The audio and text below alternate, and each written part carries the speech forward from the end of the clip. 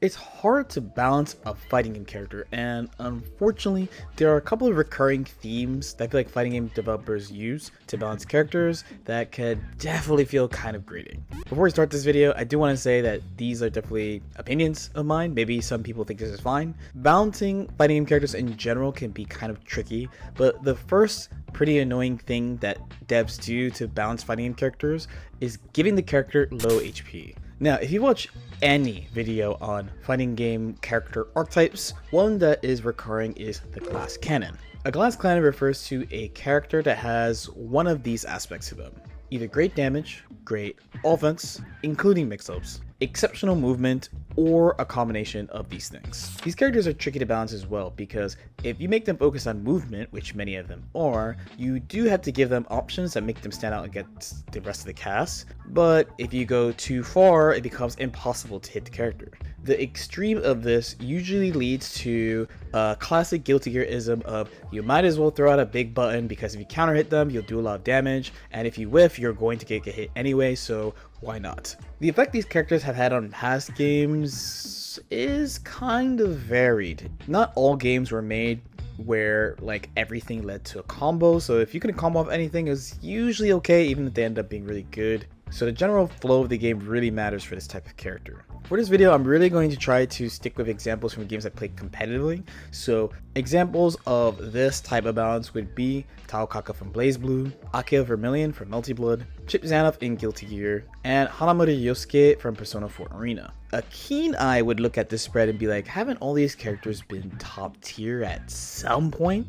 And I would respond with a resounding yes. That triangle of great damage, great offense, and exceptional movement would be amazing on any character. But Taokaka at her peak had all three. A looping combo that did more damage, because you hit them with their taunt repeatedly, and even though the taunt didn't really add damage, the scaling was above 100%, so the bleeding combo actually does more damage, and I'm not kidding.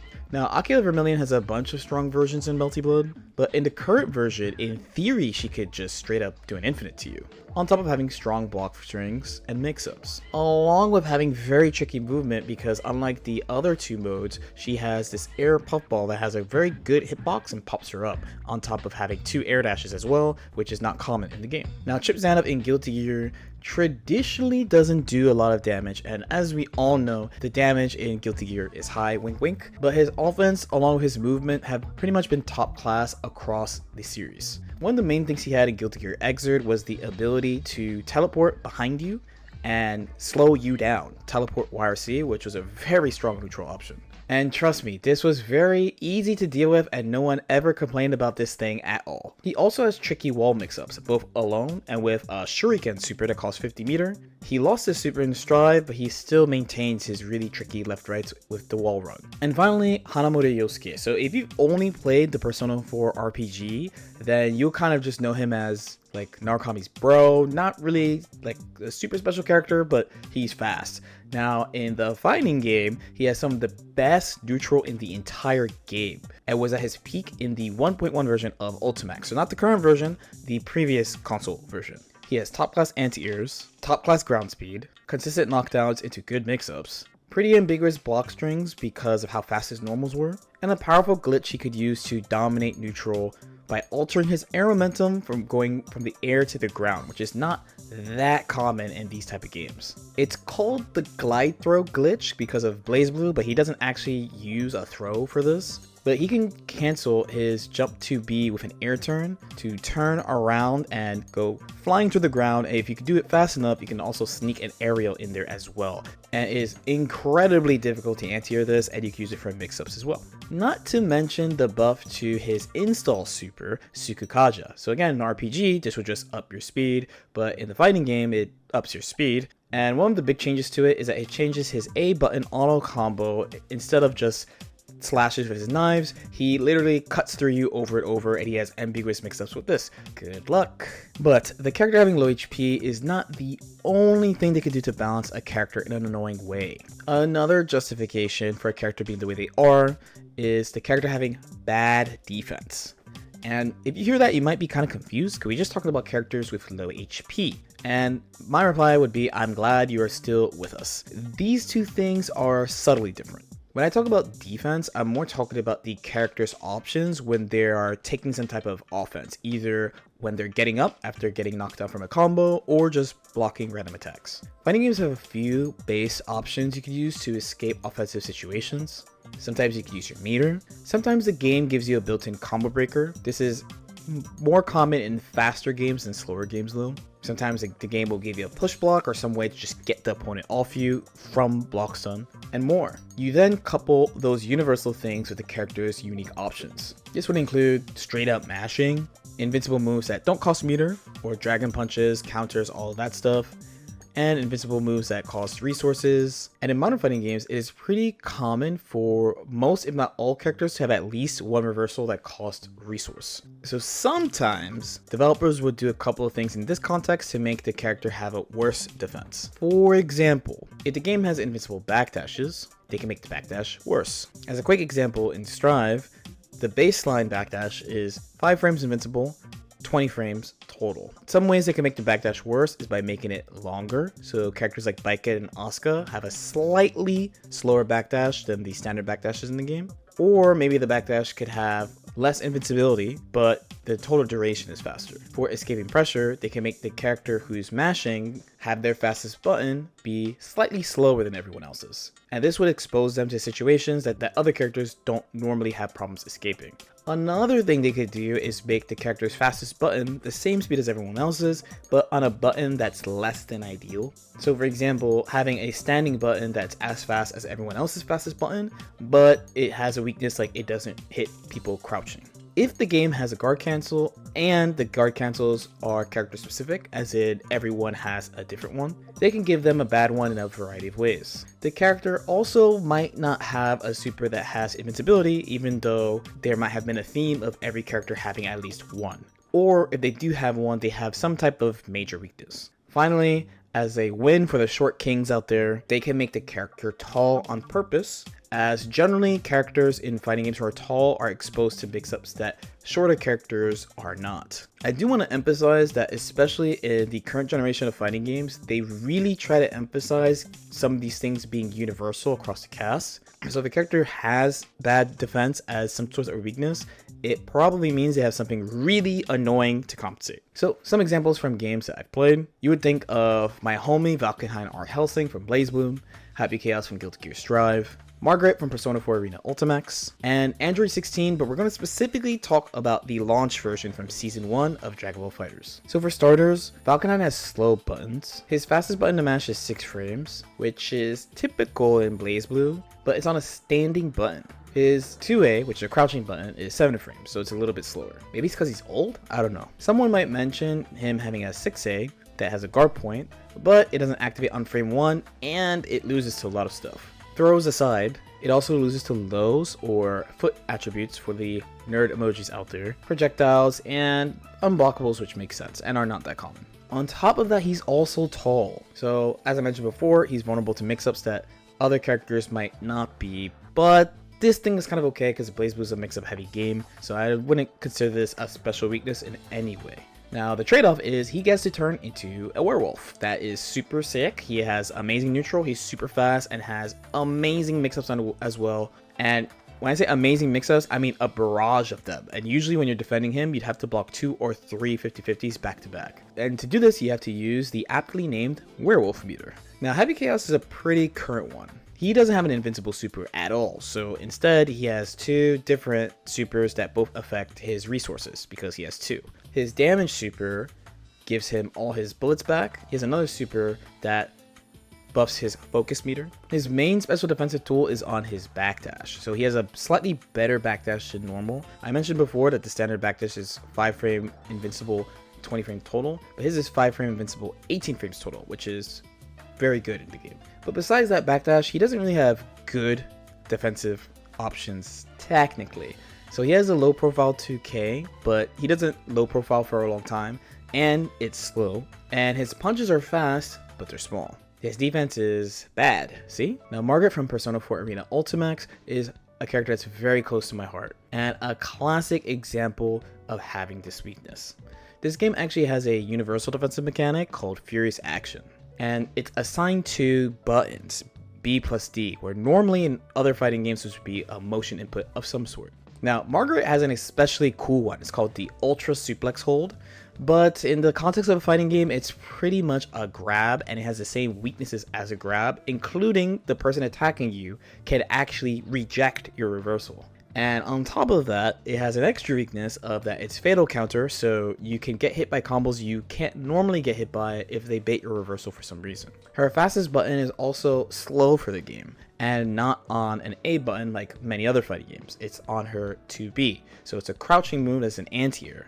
At 7 frames, this move is the definition of high risk, high return. If you score counter hit with this move, you can do massive damage off it. In the version where I was playing her, you could do 4,000 damage, where the average character's HP is 9,500. Finally, she is tall, which again leaves her vulnerable to mix-ups that other characters might not be hit by. Of course, we love a tall queen, so that's okay. This character actually offers really unique, flexible neutral and offensive structures, using Persona's most unique and honestly low-key secret mechanic called persona displacement. So since she has 3 personas, she has the ability to leave them in different spots, and this leads to a bunch of cool sequences, neutral control, all sorts of cool stuff. On top of that, her damage output is quite high in a game that's known for its damage in a pretty cool way. Finally, in this group, there's Launch Android 16. So he had 2 major problems. One being that his fastest button, which was his 5L, his standing jab, was slower than other characters, which led to situations where he should be even with characters, but he was always slightly disadvantaged. A very common one was off overhead. Normally, after an overhead, both characters would mash their fastest button, and there's a small guessing game that you would play around what you would do after that, because the 2 moves would clash.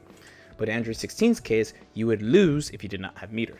And once again, he's tall, actually quite tall, so a lot of mix-ups worked on him that didn't work on other characters. Now, he made up for this by having good strike throw mix-ups, extremely powerful armor normals, one of the only actual useful anti-airs in the game early on, as it was extremely rare at that time. And finally, quite frankly, his most important aspect, a meterless hard knockdown, that the only other character that really had that at the time was Adult Gohan, and it was patched out quickly. It was so valuable that you would look at him and be like, there's no way someone like LordKnight would play a character like that, and I played him, he was good. So the first 2 things sounded pretty similar, and low-key they were actually different. But the next point is really annoying in a very direct way. So, for example, if a character had low HP, at least when you hit them, you have the satisfaction of seeing their life bar just drain. And if a character has bad defense, you have the pleasure of just rushing them down like crazy because it's really hard for them to get out of your sequences. So this next one is very, very annoying, but luckily is not really present basically at all in modern fighting games, so I am very grateful for this. It's when the character is specifically hard to combo as part of their design. And it's just as straightforward as it sounds. So why would this end up happening? The game's hits just doesn't have enough hit stun to give the character enough time to fall into stuff. This is really common in older fighting games. Or in the first fighting game I played for real, Melty Blood at Cadenza, this was kind of a problem as well, but each version they would kind of tighten it up over and over and over again. Another reason this could happen is that the characters have different weights. So sometimes in fighting games, and this is very prevalent in Guilty Gear in the past, the character will have different weight classes, which means they'll fall at different speeds. So depending on what character you play, you will definitely prefer to be fighting certain characters versus others, because some types of characters would be harder to combo and some would be easier to combo based on how fast they fall. A third one is whatever the fuck they were doing with Carl Clover in Launch BlazBlue. He was just hard to combo. I really just can't explain why he was hard to combo. Just nothing worked on him, despite this thing being very annoying. It low-key makes sense though, because usually these characters also have low HP. So not being able to do your normal combos was like a secret defense buff to them, because you had to do something that did less damage. So even though they had low HP, they still didn't like die really fast. But there's also the case where there occasionally are characters that are both hard to combo and have a lot of HP, and that is also really annoying. For examples from my experience, you would look at, and this is no joke, the cat characters from Melty Blood, so like White Len, and Neko Arc and Neko Arc Chaos, John Guilty Gear himself, and I'm specifically going to reference XX Accent Core, and Carl Clover, if you couldn't guess. In the case of the cats, it's just that they're super small. Len and White Len, they're pretty decent characters, so like I mentioned before, this is kind of like a small buff for them, and people have to adjust their combos just to be able to combo them, and you're doing less damage because of that. For the funny cat lady and the smoking cat man, I mean, they're joke characters, so like it's fine, I guess. And in case of Johnny, so in Strive, of course, combos are just pretty consistent in general.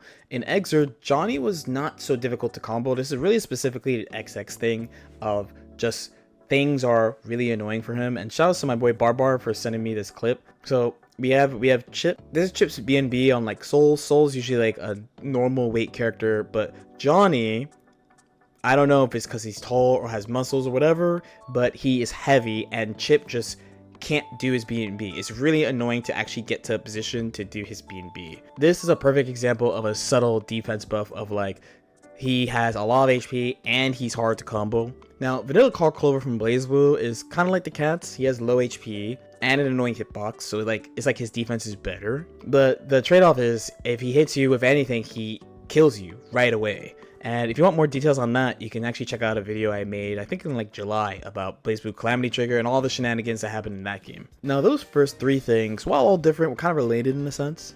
They're all tied to disadvantage situations specifically.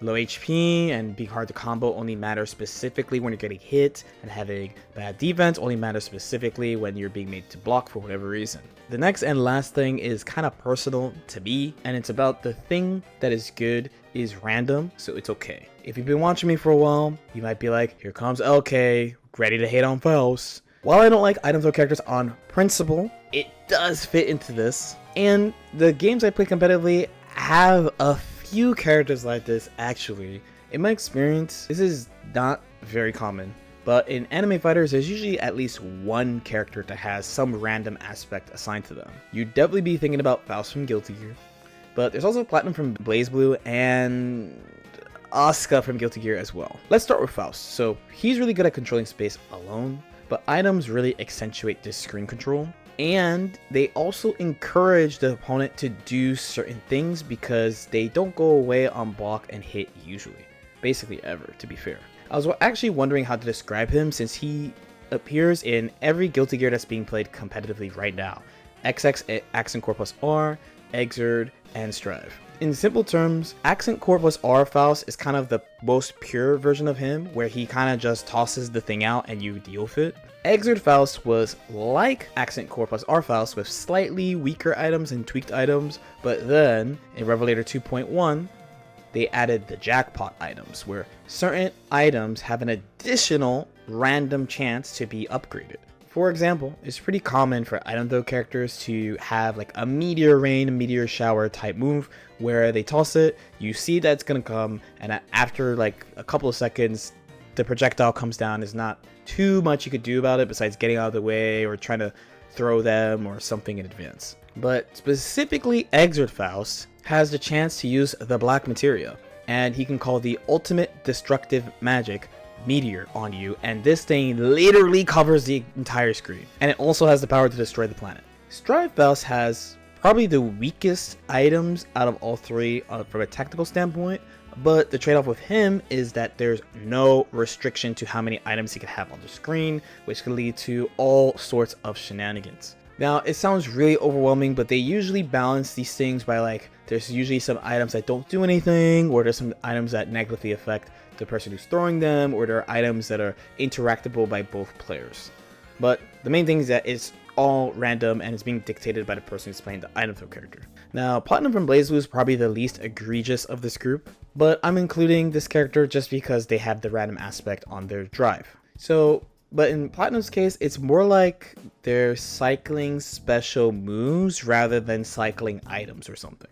In the traditional sense of RNG characters, the moves being random do lend themselves to the game state is changing around this thing, but it's not usually like something moving independently on the screen like that. Platinum also has the ability to upgrade these items with a super, and that costs resource, so it's fine. And finally, there's Asuka from Guilty Gear Strive. So if you wanted to get your friend in the Guilty Gear Strive, you can call him a roguelike character, where the adventure is different at the beginning of every round. But out of these three, Asuka is low-key the least random. So while he starts every round with 4 different spells, which the player base calls his hand, each time he uses a spell, he discards it and he has to pull another spell from the test case. So you could think of it as like a trading card game deck. He also has 3 different sets of spells that focus on different aspects of the game. So 1's for neutral, 2 is for offense, and 3 is for special things. But despite this aspect of RNG, he has a super that lets him essentially select what he wants to have in his hand to create the situation that he wants. And this is basically the main strategy of the character right now.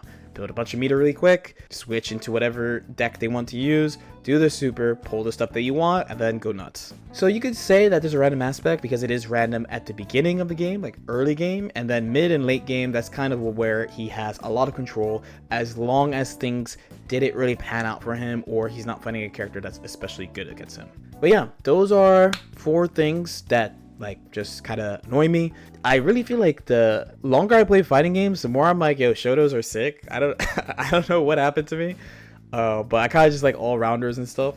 Let me know what you guys think though, if there's certain specific things that annoy you as far as character balance. As usual, if you have any questions or comments too, definitely feel free to leave them in the comment section below. Like and subscribe if you guys feel like it. I do have a Metafy for like any Guilty Gear coaching if any of you guys are interested in that, and I've been streaming on Twitch and doing more stuff with the stream chat, like the scrub quote confessionals I did before. So if you're interested in participating in any of that stuff or just lurking and hanging out, you can go to twitch.tv/LordKnight. I stream basically every day during the week. Plus, if you like the LordKnight Chronicles channel, which is my second channel, I record those pretty much live on stream basically daily. Okay, I have a huge backlog of those. I'll hit you with a like and subscribe if you like it one more time, and I'll see y'all next time. Peace out.